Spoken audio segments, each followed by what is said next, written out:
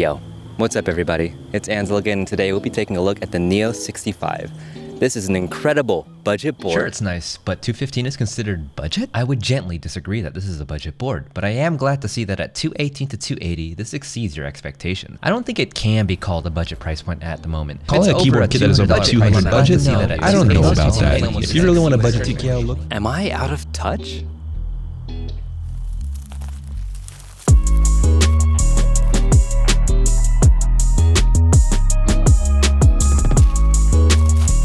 So I'm absolutely out of touch. I mean, in my most recent video about the Lumen Key 80, a ton of comments called me out saying that anything above 200 isn't really budget anymore. Back in the day when I first joined, budget was anything under 300, maybe even a little bit more depending on what you were getting. But it's still so nebulous. And so I needed an answer to the question, what really is budget? And while this is still very much a video about the Neo65 and a review of that board, I think it's a great segue into what is budget these days and what does budget even mean? Is it based off of value? Is it separate from value? Is it a pure number? Is it a collection of qualities and just 100 million different other things that I'm not really sure of? I don't know. So I recently went to a meet at UCSD, and by the way, huge props to those who organize this, UCSD Keebs. I went to this meet with my buddy Richard, and we set out to figure out one thing. What is budget? But before we even talk about what budget means, I think we should probably talk about the keyboard that this video is even about. Now here's the thing about the Neo65. At the very cheapest, it can cost $80. And what I would recommend to beginners is to spend just an extra $10 to $20. Now, even with this extended price, this is still a budget board, period. But what's even more amazing about it is what you get for that very specific budget. Aesthetically speaking, this board is fantastic. And I say that a lot, maybe I'm just not picky anymore, but it looks pretty good. It's seamless, it's got a good side profile, there isn't any complex machining or anything like that, but it's got a beautiful way on the back, which I think is an area where the Lumen Key 80 could have improved on. I mean, just that tiny bit of flair really elevates the board in my opinion. This E-coat or whatever they did to get it yellow is also really, really nice. I don't really see any major imperfections. It's decently smooth and I really, really like it. And overall, the aesthetics of this board are fantastic. Feel-wise, this thing is also pretty configurable. It can get pretty flexy, but not so much, but it can also get pretty stiff. With the gasket mount configuration, this thing is pretty flexible and pretty bouncy, and I like it that way. But if you want it a little bit stiffer, you can definitely go with the O-ring. That one makes it really, really stiff, and I like how configurable this board is. And finally, the way this thing sounds is so good.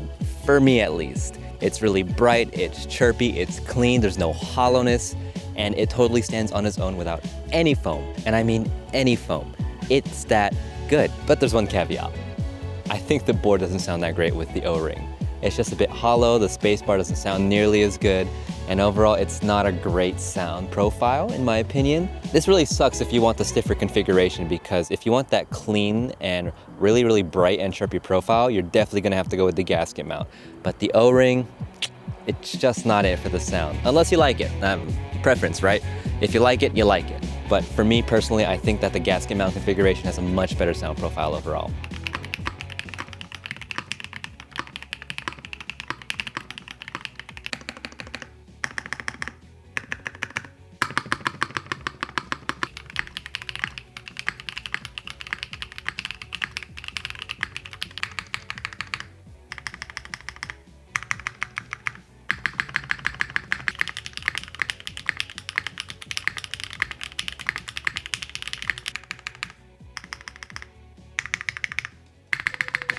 So yeah, I think this is such a good keyboard and you really need to consider it if you're in the budget space.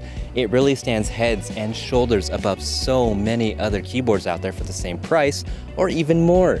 I even bought the WK870, another budget board that someone recommended in my comments, and I wanted to compare it to this because in my opinion, there's just not a lot of keyboards that can hold a candle to this one, even when you consider spending $50, $60, $70 more than it. Okay, so I've just built the WK870 at my place, and yes, I know the Neo65, you need to spend a little bit more money to get the same amount of, I guess, features or just an extra plate to go with it as compared to the WK870, which comes with everything you need other than switches and keycaps. So a bit of an unfair comparison there. And of course, they're both different layouts and they both have relatively different philosophies.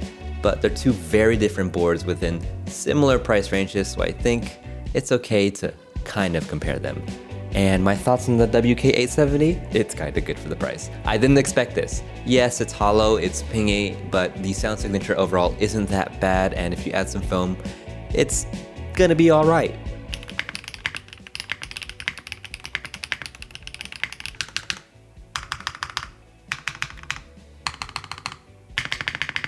But it's harder to build. It doesn't look nearly as good. I mean, the aesthetics are a jumbled mess. It has so much going on. I don't even know what it's supposed to be. And this customized keyboard little thing in the corner, oh, that's so ugly and corny. So while I think that the WK870 is actually pretty good for the price, I mean, the sound signature is pretty solid. It's just pingy and hollow and it's ugly.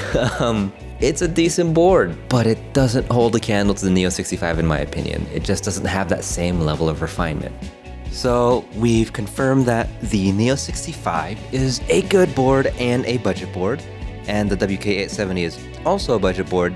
It's an okay board. I'm starting to think that budget is purely price, and I think we can stick with that. Before I used to equate budget with value, with being entry level, with having certain qualities. And while these three things tend to overlap within this hobby, when we talk about budget and value, they're all very different things, and I definitely messed up there. So let's try and confirm a very solid price for what is considered budget. And to do that, I'm gonna bring Richard, aka Tofu Types, a good friend of mine, and maybe y'all know him. He has a much bigger channel than me. He's gonna help me answer this question as well. So let's go grab him. Yep, this most definitely is not a keyboard meetup. I'm not even in 6 yet. This is definitely not the keyboard meetup. Hey man, I don't think we're at the meetup. Yeah, I don't think this is it. I think we gotta go somewhere else. Hold on. This is a keyboard song. And they were in the wrong place. It's so true.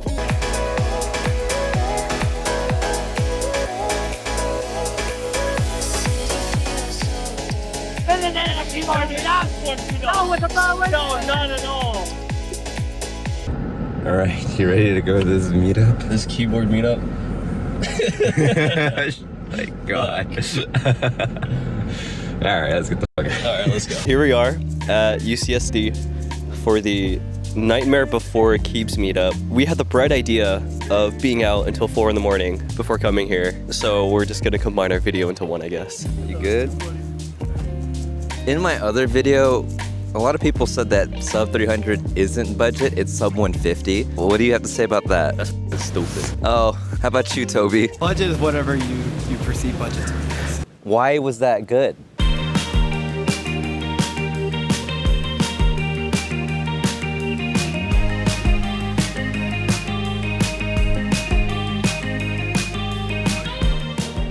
She's doing... Oh, thank you. I really like these, but this is probably my favorite keyboard, to be honest. It's so good for doing homework. Is that physics? I stopped taking math in college. So Tofu and I had two different questions. They're very similar, but I'm gonna clarify it here. Tofu's question was, is $200 considered a budget build? And my question was, how much should a budget build cost at the most? We'll put Tofu's section first and then my section after.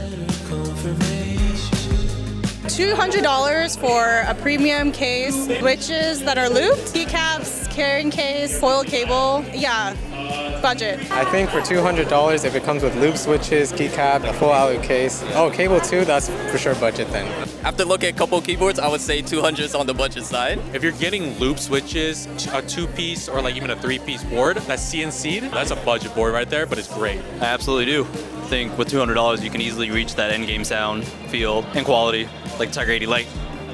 Yes, I think so. Oh, yeah. Oh, yeah. Yes, I do. It's pretty cheap. Yes. Yep. Unfortunately, $200 is relatively budget, yes.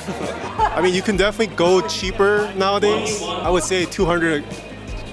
I would say that that's the start of like mid-tier nowadays, whatever the mid-tier is. Yeah, I feel like 150 for everything. Maybe 175 because we're including cable and keycaps and everything. So the 200 after shipping. Yeah. Yeah. Around 100 to 200. With the Neo and with the Cycle 7 coming out, well, 100 to like 120. Just for the base kit alone, not including switches or keycaps. Including all of that, if you're gonna get something cheap, nice, 200 range is good. I would say probably the $200 range. I was looking at QK, Zoom 65. If it's pre-built, maybe around 200, 250. Around the $100 to $200 range, you know, it's pretty great value for like getting everything. $60 to $80 range, you know, is also great for like bare bones and stuff like that. I'd say like 200 if you want to get a custom keyboard, like that's the average price.